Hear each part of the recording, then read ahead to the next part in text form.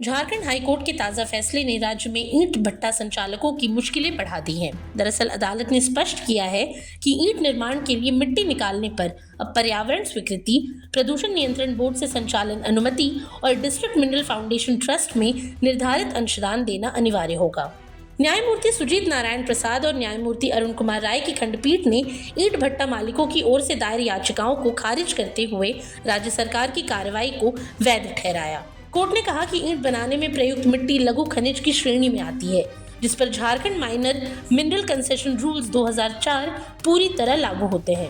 बताते चले कि पूर्वी सिंहभूम समेत कई जिलों के ईंट भट्टा संचालकों ने अदालत में दलील दी थी कि मिट्टी निकालना खनन नहीं, इसीलिए इसके लिए पर्यावरण मंजूरी, सीटीओ या डीएमएफटी शुल्क लागू नहीं होना चाहिए। उनका तर्क था कि ईंट भट्टे खनन गतिविधि की श्रेणी में नहीं आते। ऐसे में 15 जनवरी को हुई सुनवाई के बाद कोर्ट ने इन दलीलों को खारिज कर दिया।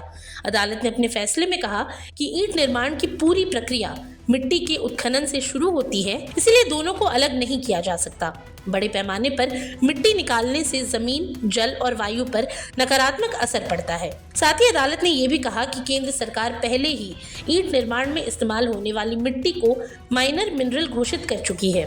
अब क्योंकि खनिज संसाधनों के दोहन से पर्यावरण और स्थानीय समुदाय प्रभावित होते हैं, इसलिए उनकी क्षतिपूर्ति के लिए बने डीएमएफटी फंड में ईंट भट्टा संचालकों को भी योगदान देना होगा।